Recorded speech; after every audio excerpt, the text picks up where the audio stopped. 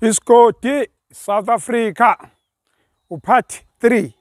sisekhona la ekhaya kwaMathe esifuna ukukuvezela khona ke ilokhu uyabona la lendlu le ngesikhathi yakhiwa ngathi kufakwe isigxobo kuqala isigxobo esifike eqala kwese kuba indlu kunenkulumo enjalo kodwa uyabona ubungozi obula ngifuna ukukhombisa uyasibona isigxobo lesi sikagesi na ugesi lo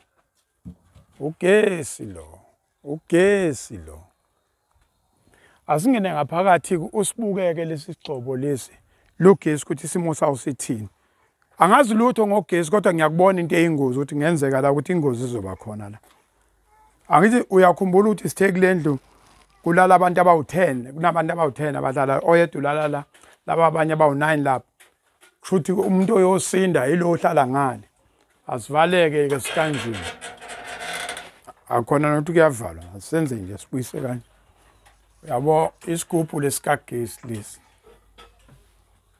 isigubhu sikagesi uyayibona lento la uyayibona lento la nase sisigxobo lesi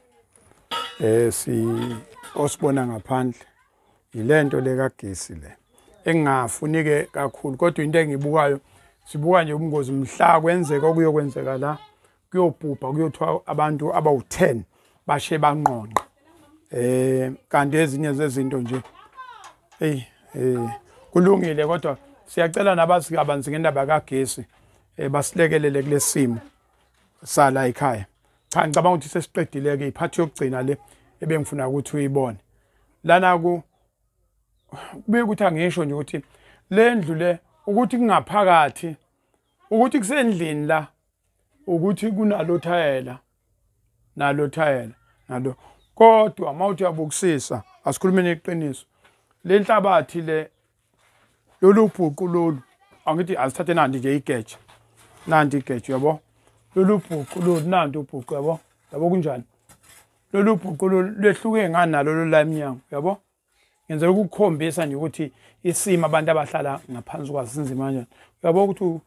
akho lutho la ukuthi kungaphakathi usuke usho ngoba wazi uyikhohlisa ukuthi kungaphakathi uyeke ukuthi kube nembobo kodwa nje isimo nje sizokuphila ezempilo nje ayakukho ukuphila la akukho ukuphila kunezingane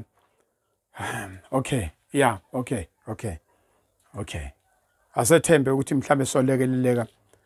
ama department ekufuna ukuthi asondele azosondela ngoba ayikho lena yile ngekho asambe